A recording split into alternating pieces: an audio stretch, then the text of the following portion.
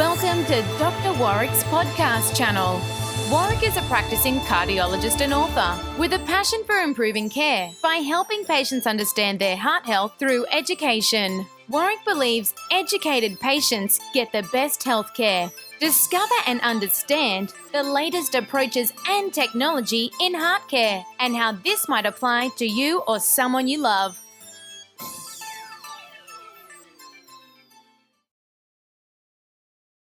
Hi, my name is Dr. Warrick Bishop, and welcome to my podcast and videocast station. I have a special guest today, Associate Professor David Colquhoun, who is co-president of the prevention arm of the Cardiac Society of Australia and New Zealand, and a board member of the Heart Foundation of Australia, and an experienced cardiologist, both with clinical and research backgrounds. David, welcome and thank you for joining me.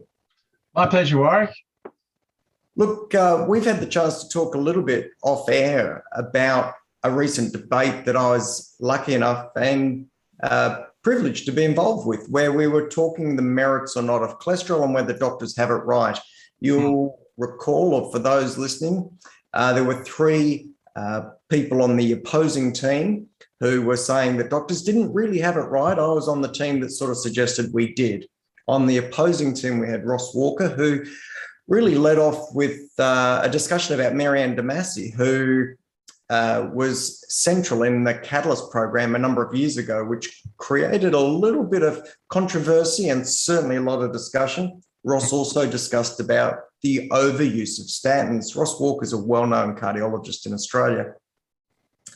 Anthony Shafi was the second speaker with an interest in nutrition, a background in professional sport, and as a registrar in neurosurgery in Western Australia at the moment. He really focused on fructose and inflammation as the drivers for plaque formation and really dismissed that cholesterol was problematic and suggested there wasn't much research for that.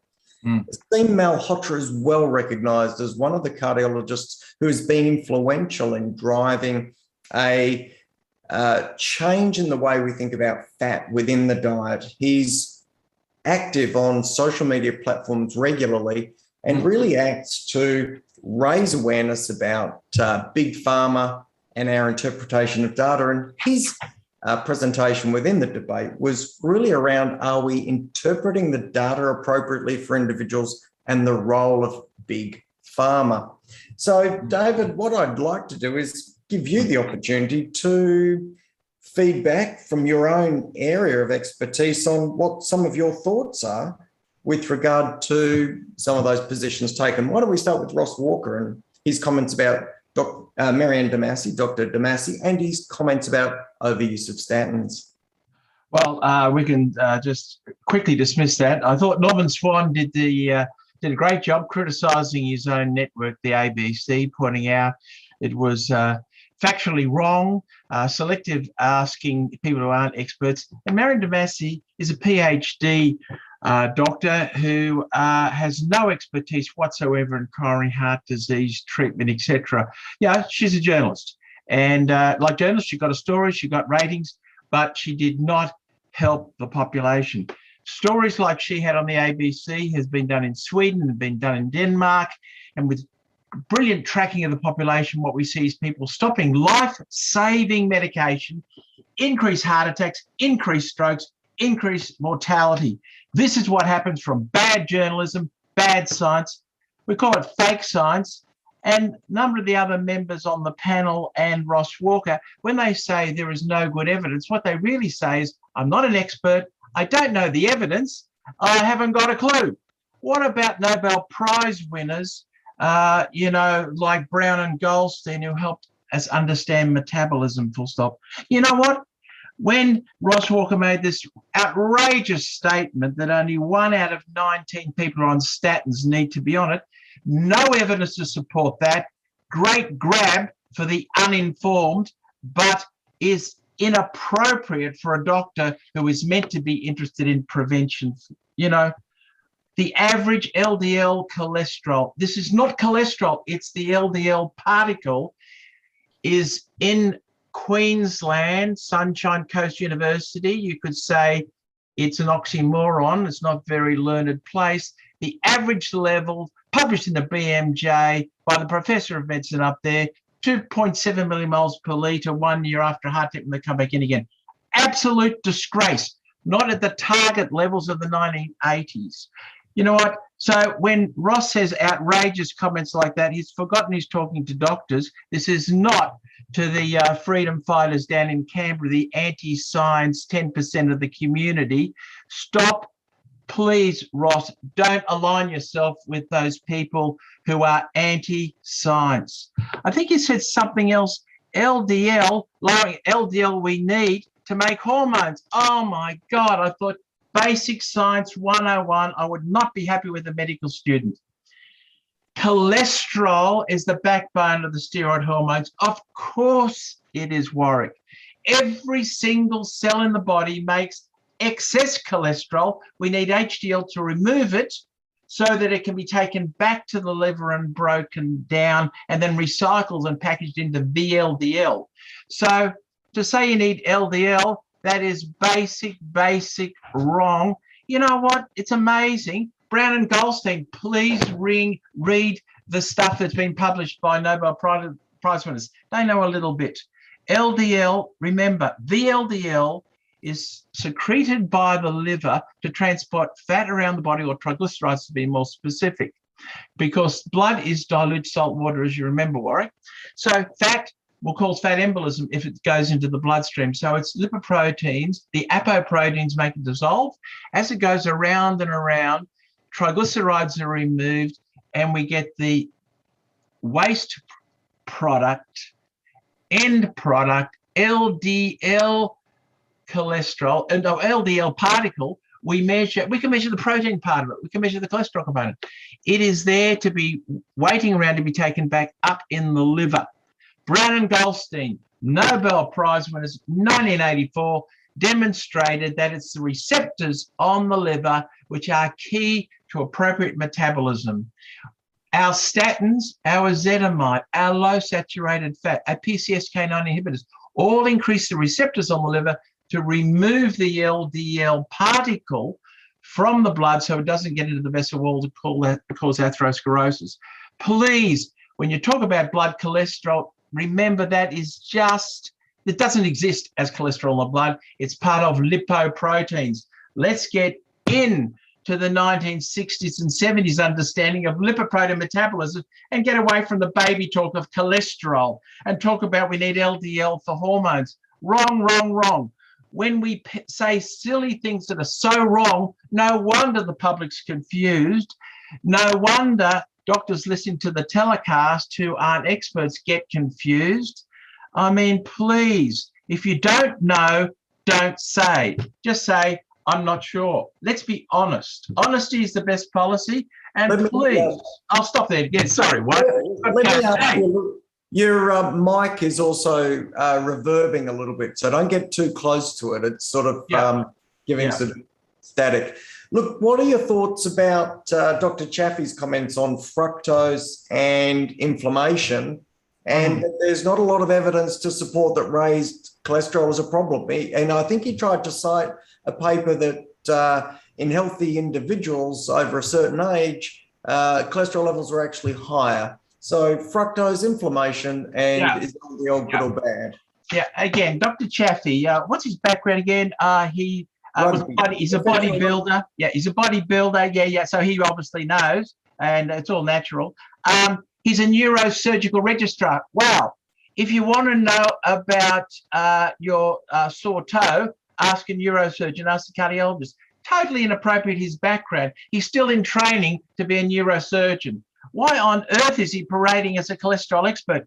Does he know more than Brown, Goldstein, other Nobel Prize winners, Pete Evans? I mean, really, Pete Evans? Yeah, he thinks he knows more than Pete Doherty. I mean, really and truly, there's no evidence. Of course you don't know the evidence. You're a neurosurgeon. You spend your time in scrubs. And besides, you're a very late life registrar. Hold on there, David. Your mic is really breaking up badly. Okay, I'll say it again.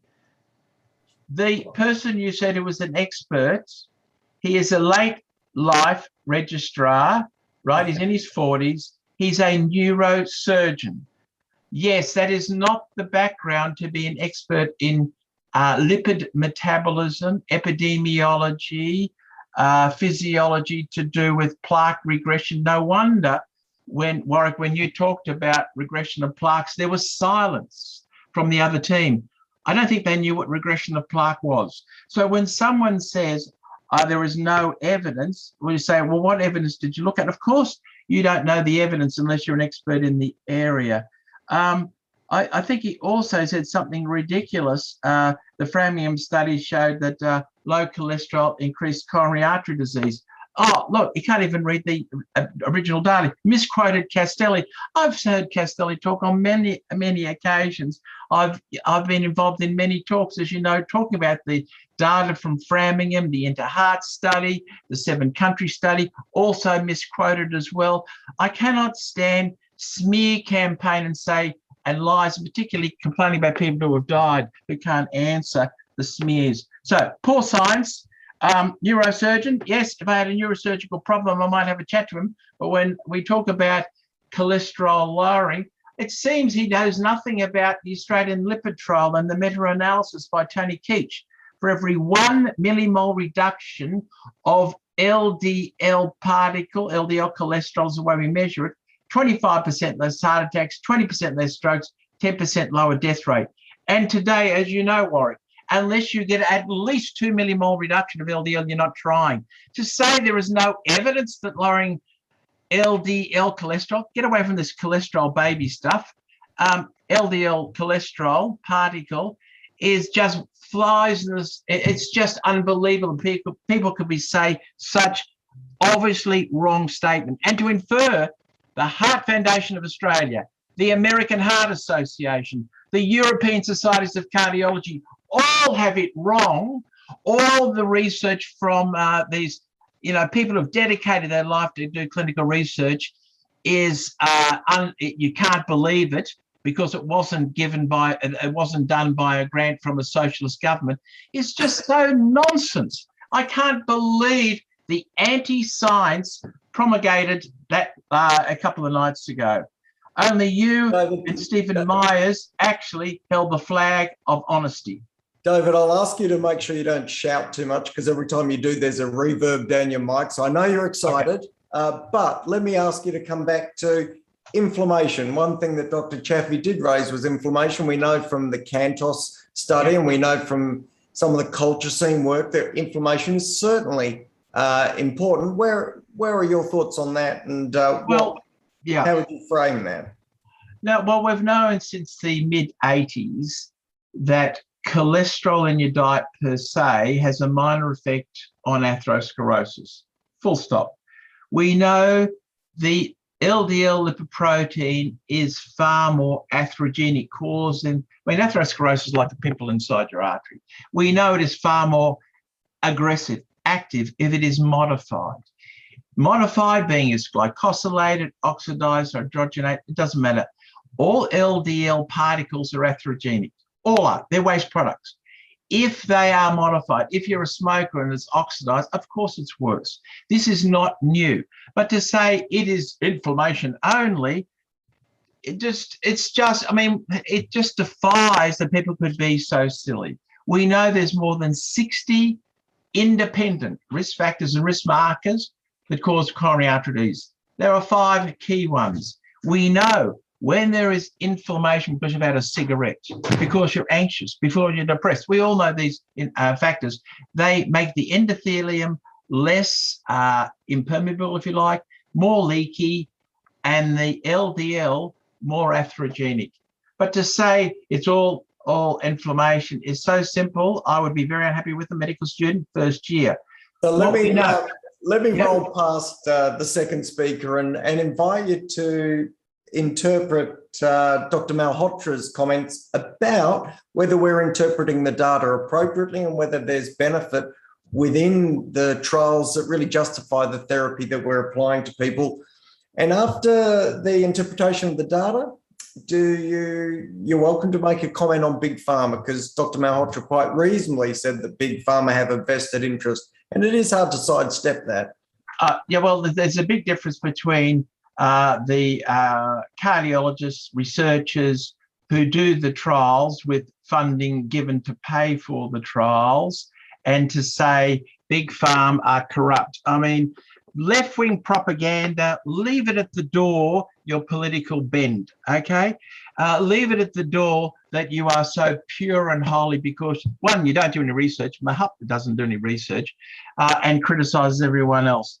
It is an absolute disgrace that someone like him has a forum to say the work done like in Australia, our Lipid trial. Yes, $20 million was given to the Heart Foundation to run the trial, independent safety and data monitoring committees, as it was in the torcetrapib trial, which as Philip Barter, our friend, ran, to say these independent committees, the expert people who look at the data are corrupt because there was a grant given to the independent group. No one pocketed the money. It just simply paid for wages of staff. Is absolutely misunderstanding of how these research trials are involved. I was involved in our Australian lipid trial. 9,014 patients followed for 6 years. As you know, this was the first trial in the world which showed lowering the LDL by 1 millimole per litre decreased mortality, total mortality by 3% in 6 years. These are people with average cholesterol levels. We didn't know that. Now, if you had diabetes and you had low HDL, the numbers needed to treat to prevent a cardiovascular event or death was only 10 in a 5-year period. Now to say, because BMS gave $20 million, grossly unfunding, to the Heart Foundation, it ipso facto was corrupt, is just ridiculous, illogical nonsense. Now, is Mahotra going to say in the same thing? If you get a government grant from a socialist government, you are left-wing corrupt as well. I mean, really and truly, read the Institute of Medicine's 300 pages on vested interests and how you can minimize that. I don't think people who throw stones, be very careful, right? That's a very old saying. Okay, the people in glass houses should not throw stones. Mahotra, as you mentioned, let's put it into perspective. He does not believe vaccination is of any value whatsoever. He's an anti-vaxxer. The anti-vaxxers who are down in Canberra, saying vaccination kills more people than it saves. Okay. He doesn't believe in treatment of diabetes, by the way, either. It doesn't work. We'll sidestep other aspects of Dr. Malhotra's practice and opinions. But what we might do is just wrap up there. You've had the chance, and I really appreciate you dissecting and commenting on the three speakers in the debate on the opposing team that I was on. But perhaps we just wrap up with this process of coronary artery disease is incredibly complicated. The particles, the LDL particle, the lipoproteins, the interaction at a cellular microscopic level is insanely complicated, convoluted, and variable between individuals. I think it's just fantastic that we have the likes of people like yourself who have been involved in the research, close to the research, to help guide the likes of me who are open to best practice for our patients. Would you like to wrap up with anything, David? Yeah. Don't shout because of the feedback on your mic. I won't shout. It'll be in small print. One, it is predominantly lifestyle disease on the background of genetics. So we know a Mediterranean type diet decreases first events by 30% within 3-year period. Beautiful study in Spain. 2, if you've had a heart attack, a Mediterranean style diet, this is south of Italy or in Greece, decreases total mortality by 50% within the 5 years. 2, separate to that, look at your omega-3 index. High intake of fish decreases risk of developing heart disease, and the high omega-3 index protects you. 3, look at those risk factors proven to, if you improve them, prevent outcomes. You need to get your LDL cholesterol, which is LDL particles, down to less than 1.4. Consensus around the world, European society. It can be achieved. Please, you be enthusiastic. Your patients will be enthusiastic. They'll take the medication. Not only will they live longer, they will feel better. Always assess for depression using the PHQ-2 patient health questionnaire depressed patients, life is miserable, they don't take your medication. That's 30% of our patients. So we have to be holistic with the W, not with holes, like some of our friends, holes everywhere. We look at the whole patient because coronary disease, as you say, Warrick, is very complex. It's lifestyle and the background of genetics, but we can make a huge difference to the natural history. Medicine is all about changing the natural history to improve survival and have happy, healthy lives. Remember, the pursuit of happiness is in the American Declaration of Independence. But they're very unhappy people. Thank you so much for taking the time out to share. I know, and I've known you for years now, I know how passionate you are about helping people live as well as possible for as long as possible. I know you're so across this data. I really do appreciate that. For those listening, I hope you've got as much out of listening to Associate Professor David Colquhoun as I have. Thank you so much for joining us. Take care. Pleasure. And bye for now. Okay, bye. You have been listening to another podcast from Dr. Warrick. Visit his website at drwarrickbishop.com for the latest news on heart disease. If you love this podcast, feel free to leave us a review.